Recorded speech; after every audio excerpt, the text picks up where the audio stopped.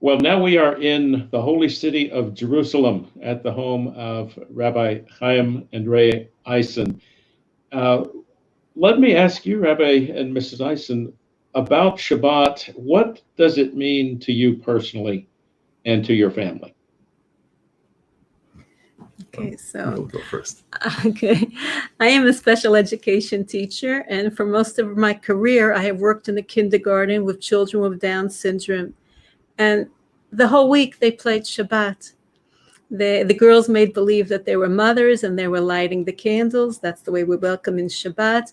The boys made believe that they were fathers and they were reciting the sanctification over the wine. No matter what day of the week it was, they played it. It was Shabbat. When we light the candles to welcome in the Shabbat, it's considered to be a moment when we can ask God for whatever we want. And however, once Shabbat is in, we do not ask or pray for anything because we feel like we aren't lacking for anything, since Shabbat is a foretaste of the world to come. It's a day of rest. It's a day free of worry. And I really feel that way now during the corona epidemic. On Shabbat, we do not hear the media. I do not know if anybody died from the corona epidemic, God forbid. And neither do I know if there are any more restrictions that the government wants to decree upon us. It's a day of rest. If I can just supplement on a personal note, I spent my school years in the United States in the exile, and while for my elementary and high school years I was in Jewish schools, at age 16 I started at a certain university, Columbia University of New York. It was a very different place 40 odd years ago than it is now. And of course, it was for the first time in an environment in which the whole concept of Shabbat and the holy days didn't exist. And from the get-go, it was an imperative for me that when Shabbat came, when the holy days began, and the fall semester of my freshman year, the whole sequence of Rosh Hashanah, Yom Kippur, Sukkot, all the holy days in one fell swoop. By the time the midterms came, I was a full month behind. But I never opened up a single book, even to read, studies, nothing. People thought that it would drive me crazy, that the tension would be catastrophic, and it was just the opposite. Shabbat was an oasis, a spiritual oasis, completely divorced from everything that was taking place during the week. And so it has remained ever since. And what comes to mind, at least on some plane, also pertaining to the nation of Israel as a whole, is a very famous epigram from an unlikely source. The founder of cultural Zionism in the modern period, Asher Ginsburg, known as his pen name, Echad Ha'am, who famously said, "More than Israel kept the Shabbat kept Israel." And he wasn't saying this from a particularly religious vantage point.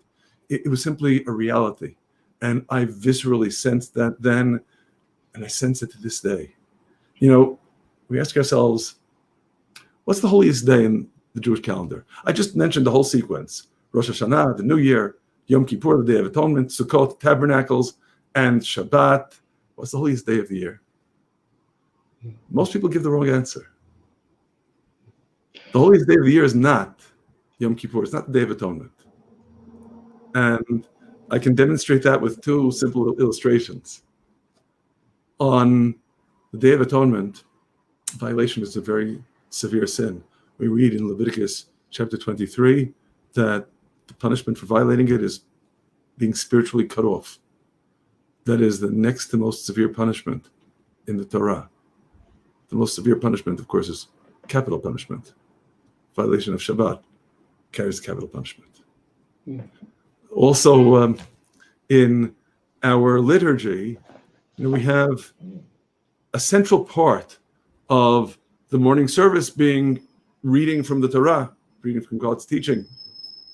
On weekdays, when we read from the Torah, we read 3 passages.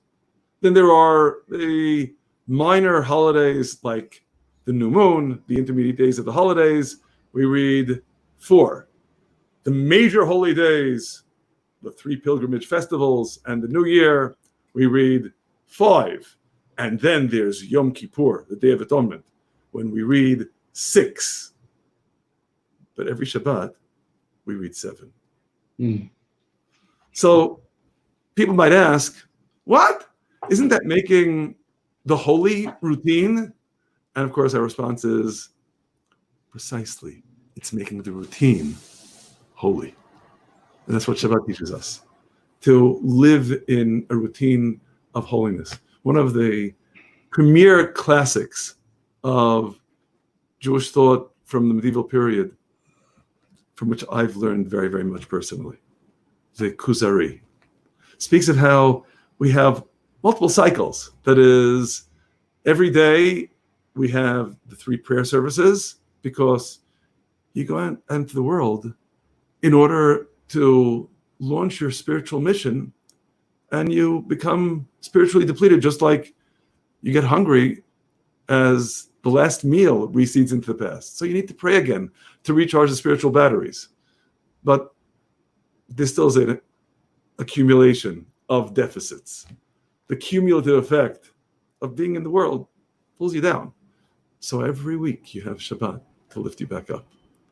And maybe just to return to what Raye said about the sanctification, the Kiddush that we say at the beginning of Shabbat, very obvious question that everyone ought to be asking.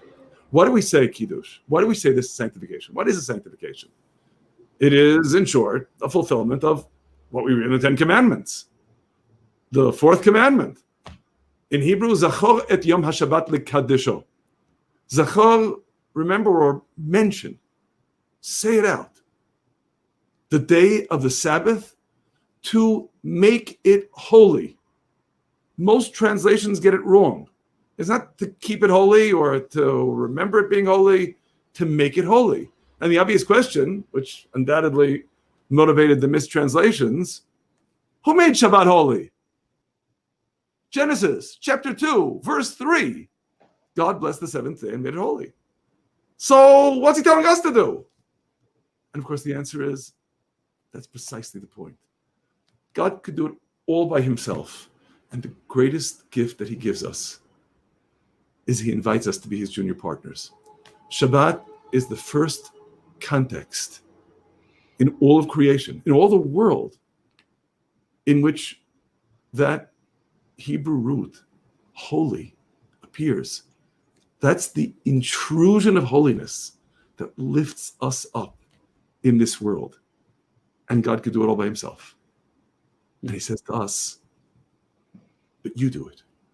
You make the Shabbat holy. You be my partners. And maybe just to consider the final aspect of this progression with respect to Shabbat, at the end of Shabbat. The end of Shabbat is marked by another way in which we express that holiness of Shabbat, the Havdalah, separation. And one of the features of the separation is the blessing on the fire.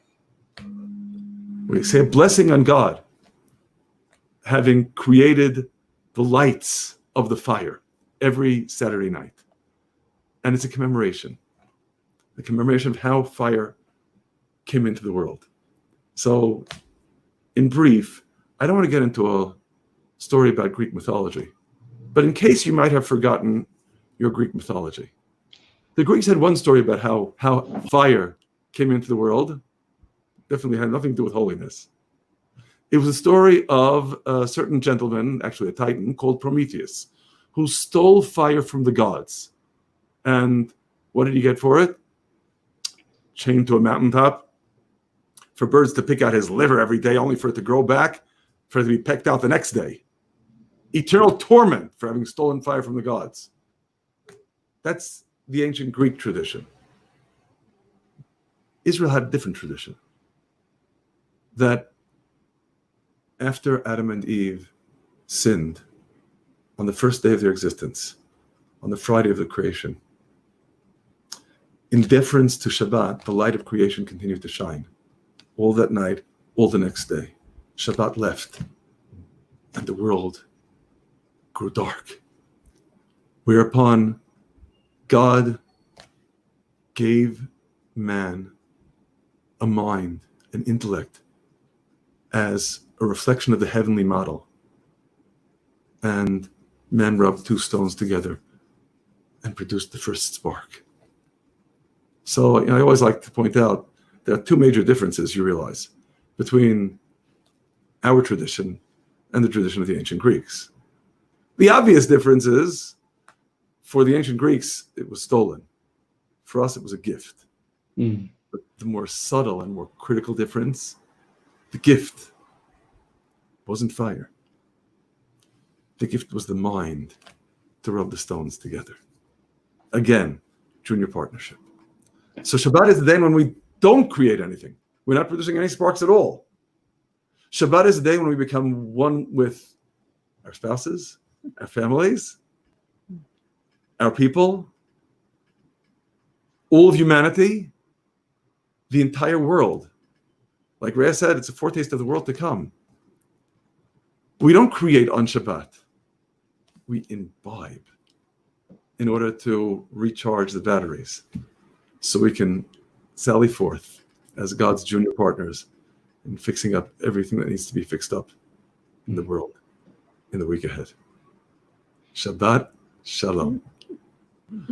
So after having said all that, as we get ready to say the sanctification on the wine, this for me is a particularly holy and even fraught moment, especially when we have sitting around our Shabbat table, like we have you, our Christian brothers. Because, when we say the sanctification on the wine, we all stand. We stand because in Deuteronomy we read that in a court as ordained in the Torah, the witnesses bear testimony standing. And we stand because we begin the sanctification with reciting Genesis chapter 2, verses 1, 2, and 3, the description of the Shabbat of creation. And we recite it, bearing testimony that God created the heavens and the earth.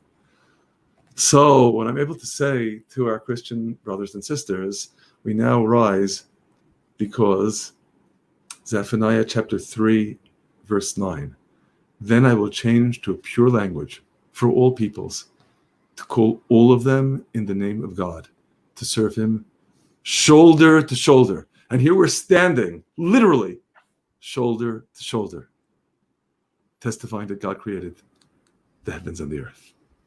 I'm looking forward to being able to do it again, really, in person. Shabbat Shalom. Shabbat Shalom.